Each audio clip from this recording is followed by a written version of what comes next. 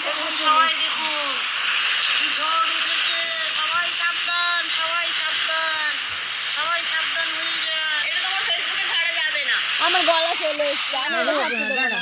আমি জানো পুরোটা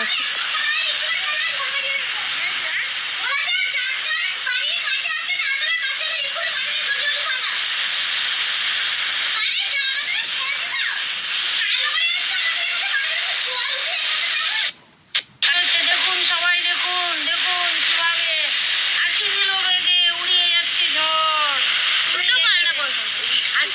80 কিলো বেগে ঝড় উঠেছে। দেখুন সবাই দেখুন।